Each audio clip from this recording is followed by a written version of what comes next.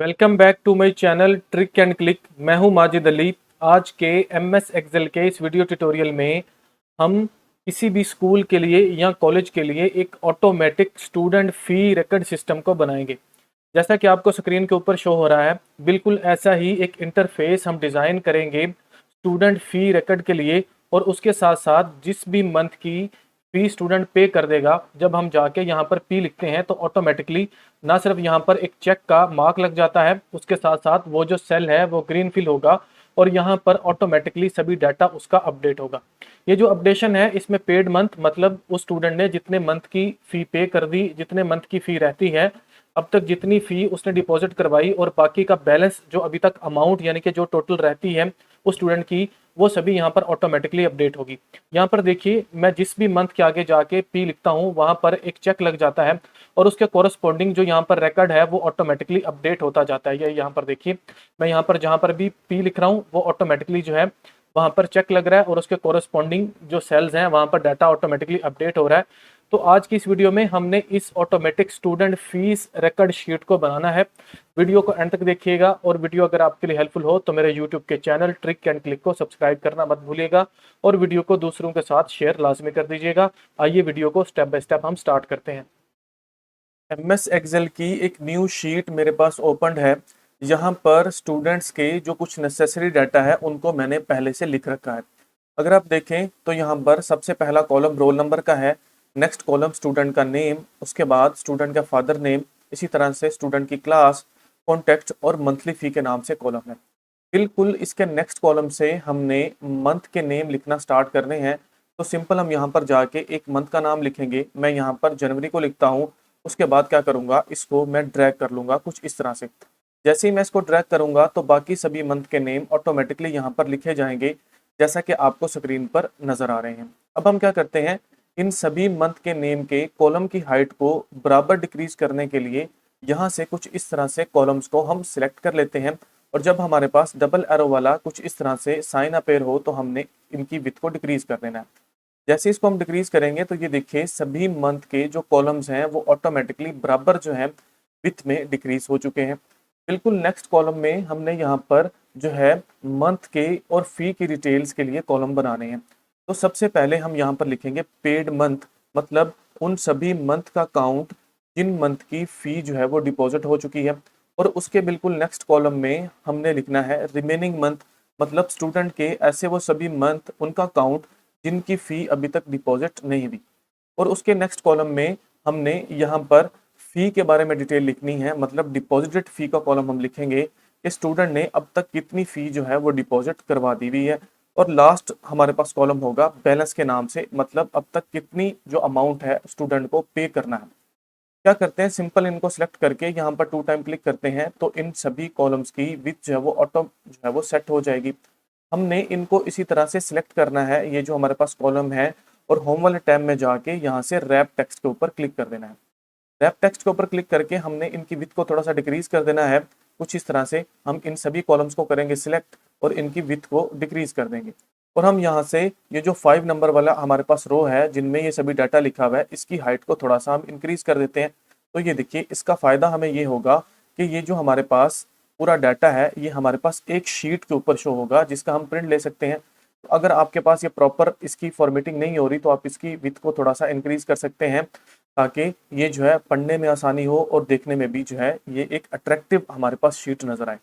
जो एक कॉलम है जाके इसकी विड्थ को थोड़ा सा हम डिक्रीज कर लेते हैं। अब हमने यहाँ पर कलर फॉर्मेटिंग करनी है। कलर फॉर्मेटिंग और बॉर्डर्स की फॉर्मेटिंग करेंगे ताकि हमारी ये जो फी की शीट है ये अट्रैक्टिव नजर आए। सबसे पहले हम क्या करते हैं, यहाँ पर हमारे पास ये जो रो है या जिसको हम कॉलम नेम कह सकते हैं, इसको सिलेक्ट करके हमने इसकी फॉर्मेटिंग करनी है।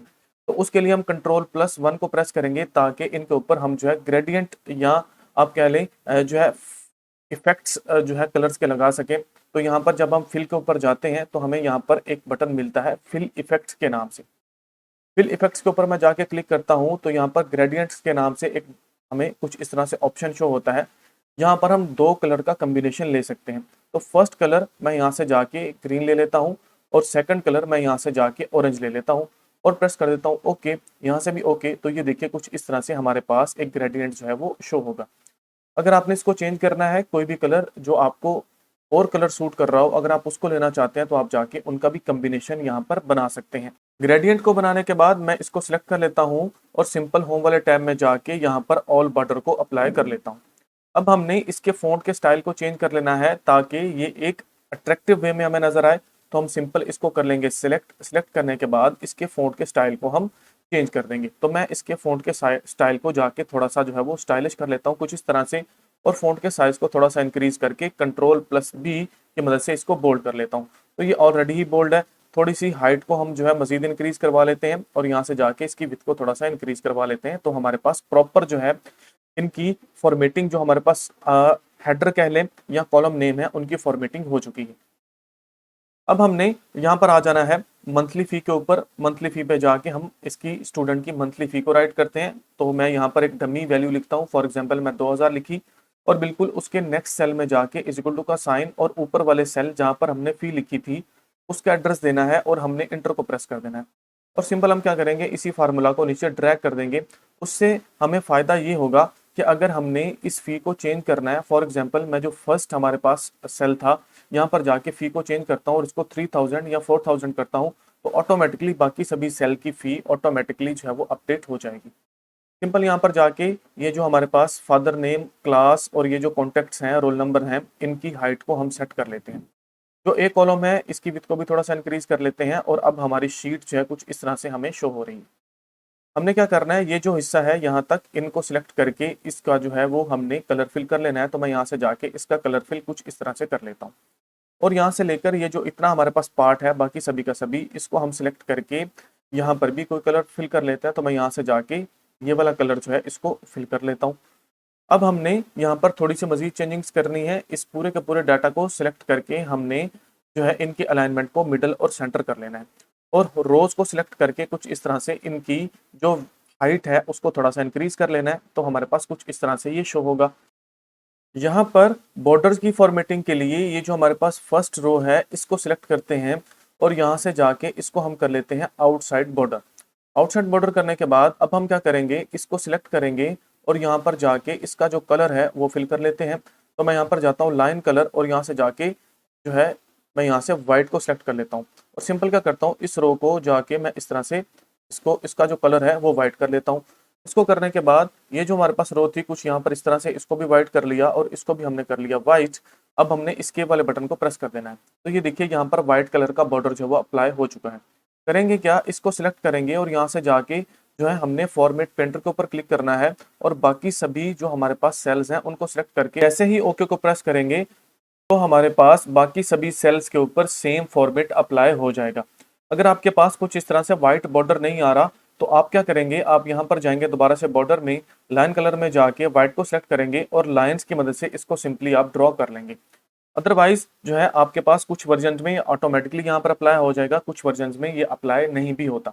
अब हमने क्या करना है, ये जो हमारे पास सेल्स हैं जहाँ पर हमने मंथ नेम लिखे हुए हैं इनको सिलेक्ट करके यहाँ पर हमने कर लेना है ऑल बॉर्डर और इसी तरह से हम चले जाएंगे यहाँ पर पेड मंथ्स में और इनको सिलेक्ट करके हम यहाँ पर भी कर लेंगे ऑल बॉर्डर। तो मैं हमने कुछ इस तरह से यहाँ पर ऑल बॉर्डर जो है वो अप्लाई कर लिया। व्यू में चले जाएंगे, व्यू में जाने के बाद ग्रिड लाइन को हम रिमूव कर देंगे तो हमारे पास जो ग्रिड लाइन है वो रिमूव हो जाएंगी। इस तरह से पूरी की पूरी शीट को सिलेक्ट करके हम चले जाएंगे होम वाले टैब में और यहाँ से जाके हम अप्लाई कर देंगे थिक आउटसाइड बॉर्डर। तो इसके बिल्कुल साइड में हमारे पास थिक आउटसाइड बॉर्डर जो है वो अप्लाई हो जाएगा। आप देखें तो ये जो मंथ के नीचे सेल्स हैं हमने इनको सिलेक्ट कर लेना है। सिलेक्ट करने के बाद हमने जो है यहाँ से फ़ॉन्ट वाले स्टाइल में जाना है और यहाँ से जाके हमने फ़ॉन्ट स्टाइल सेलेक्ट करना है विंगडिंग्स 2। ये देखिए यहाँ पर हमारे पास विंगडिंग्स 2 के नाम से एक जो है फ़ॉन्ट स्टाइल है, हमने उसको सिलेक्ट कर लिया। फ़ॉन्ट के साइज को हमने कर लेना है 14 और इसके फ़ॉन्ट के कलर को हमने कर लेना है यहाँ से रेड। तो मैं यहाँ से जाके रेड कर लेता हूँ। अब इस फ़ॉन्ट स्टाइल का फ़ायदा ये है कि जब भी हम कैपिटल पी को यहाँ पर लिखेंगे तो ऑटोमेटिकली यहाँ पर जो है टिक का निशान लगेगा, जैसे कि आपको स्क्रीन पर नज़र आ रहा है। ये देखिए यहाँ पर ऐसे मैं यहाँ पर कैपिटल पी को प्रेस कर रहा हूँ तो ऑटोमेटिकली एक चेक लग रहा है। इसका मतलब ये है कि जिस भी स्टूडेंट ने इस मंथ की भी फ़ी दी हुई होगी हम वहाँ पर उसके मंथ की जो हमारे पास सेल होगा वहाँ पर इस तरह से टिक का निशान लगा सकते हैं। अब हमने क्या करना है, यहाँ से ये जो नेम वाला सेल है इसको सिलेक्ट करके इसका जो हमने कलर फिल है वो हमने कर लेना है ब्लू और इसका जो फोर कलर है उसको हमने कर लेना है व्हाइट, कुछ इस तरह से। इसी तरह से ये जो मंथली फी वाला कॉलम है इसको सिलेक्ट करके यहाँ पर भी हमने कलर फिल ब्लू और फॉर कलर को हमने वाइट कर लेना है। और यहाँ से ये जो कॉन्टेक्ट वाला हमारे पास कॉलम है इसको सिलेक्ट करके यहाँ पर हम जो है ऑरेंज कलर को फिल कर लेंगे। तो हमारे पास कुछ इस तरह से इसकी जो फॉर्मेटिंग है, कलर फॉर्मेटिंग है, वो हमें कुछ इस तरह से इसकी शो होगी। और ये जो पेड मंथ और मंथ के रिलेटेड और जो फी के रिलेटेड जितने भी कॉलम्स हैं इनको सिलेक्ट करके यहाँ पर हम जो है वो ग्रीन कलर को जो है वो सिलेक्ट कर लेंगे और इसका फोर कलर हम कर लेंगे व्हाइट। और यहाँ पर मजीद इसके फ़ॉन्ट के स्टाइल्स को हम सिलेक्ट करेंगे, लेकिन उसको बाद में हमने करना है। अब हमने यहाँ पर कुछ फार्मूलाज को अप्लाई करना है। सबसे पहले हम पेड मंथ का फार्मूला अप्लाई करते हैं।